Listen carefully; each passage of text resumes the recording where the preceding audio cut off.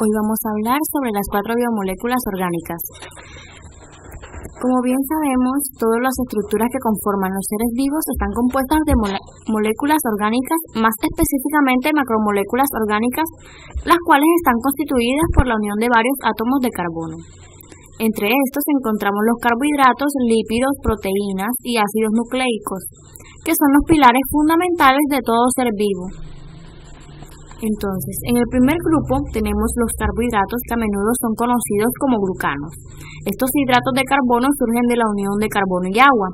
Los monosacáridos son los compuestos más sencillos de una familia de sustancias que reciben el nombre de glúcidos. Entre su clasificación encontramos los carbohidratos simples, los cuales son los monosacáridos y disacáridos, y se caracterizan por absorberse rápidamente en el organismo. Ejemplo, glucosa, fructosa, sacarosa, entre otros.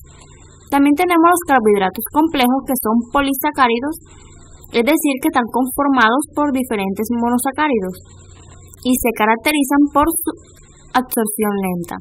Ejemplo, celulosa, almidón, entre otros. Entre las principales características encontramos que desde el punto de vista químico, poseen una estructura donde hay siempre dos grupos funcionales. Un grupo oxo, que puede encontrarse en el primer carbono, dando lugar a las llamadas aldosas, o en el segundo, dando lugar a las cetosas, y grupos alcohol en todos los demás carbonos. Los monosacáridos pueden cerrarse sobre sí mismos formando ciclos.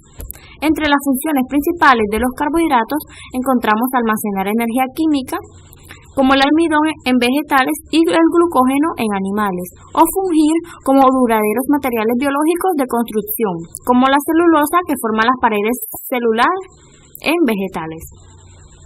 Pasamos al segundo grupo, que son los lípidos, los cuales constan de un ordenamiento diverso de moléculas hidrófobas, o sea, que son insolubles en el agua, y que tienen diferentes estructuras y funciones. Entre estos se incluyen los aceites, que son los nutrientes esenciales para un buen funcionamiento orgánico. Entre sus características encontramos que su estructura incluye una membrana alrededor de las células, que impiden que se mezcle con el agua. Algunos deben ser consumidos en la dieta, como las vitaminas liposolubles, y otros realizan funciones hormonales, como las hormonas sexuales o esteroides.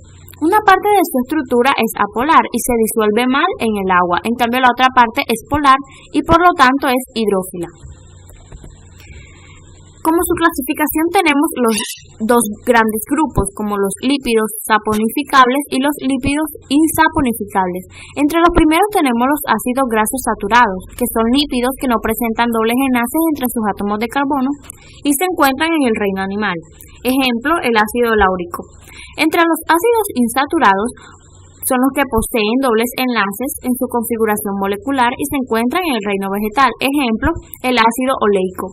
Los fosfolípidos se caracterizan por tener un grupo fosfato en su configuración molecular y desempeñan un papel importante en la estructura y función de las membranas celulares. Y los glucolípidos son lípidos que se encuentran unidos a un glúcido. En el segundo grupo, que son los lípidos insaponificables, tenemos los terpenos, que son derivados del hidrocarburo isopreno, por ejemplo la vitamina E, A y K. También tenemos los esteroides, que contienen un esqueleto hidrocarbonado característico de 4 anillos, como las hormonas sexuales, la vitamina D y el colesterol.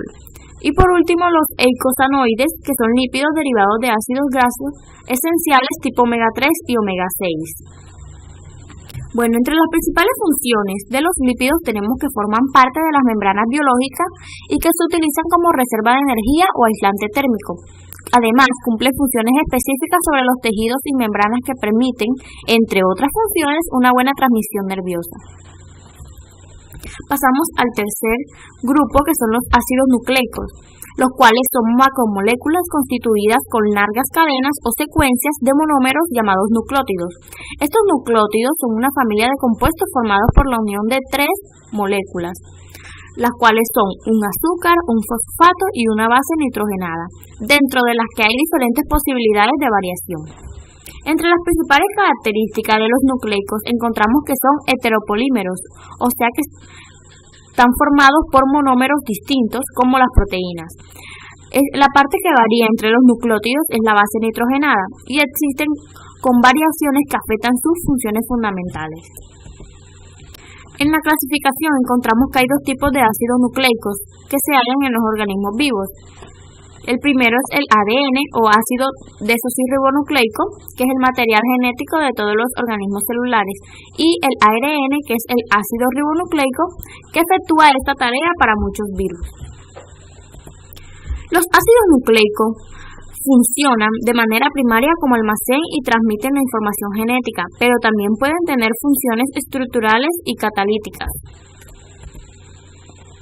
Por último tenemos el grupo de las proteínas, que son macromoléculas con funciones diversas constituidas por aminoácidos unidos por enlaces peptídicos que forman cadenas polipeptídicas.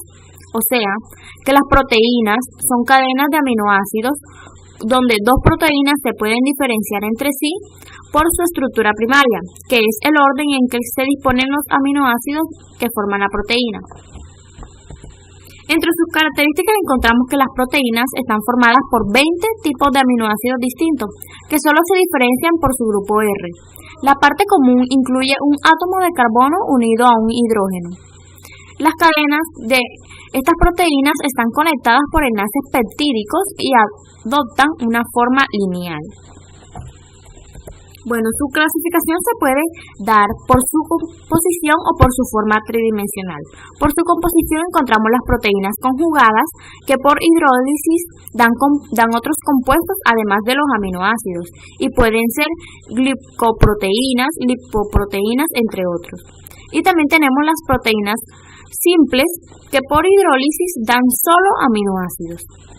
Bueno, respecto a su forma tridimensional encontramos las proteínas globulares que están enrolladas en formas compactas y casi esféricas, solubles en agua y que se mueven dentro de las células, por ejemplo las enzimas, hormonas y de transporte.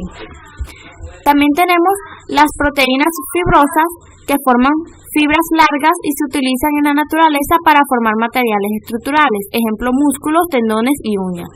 Entre las funciones principales de las proteínas tenemos que los diferentes ordenamientos de estas proteínas hacen que sean utilizadas como enzimas, materiales estructurales, receptores membranosos, factores que regulen genes, como hormonas, agentes transportadores y anticuerpos. Como lo observamos ahí en pantalla. Muchas gracias.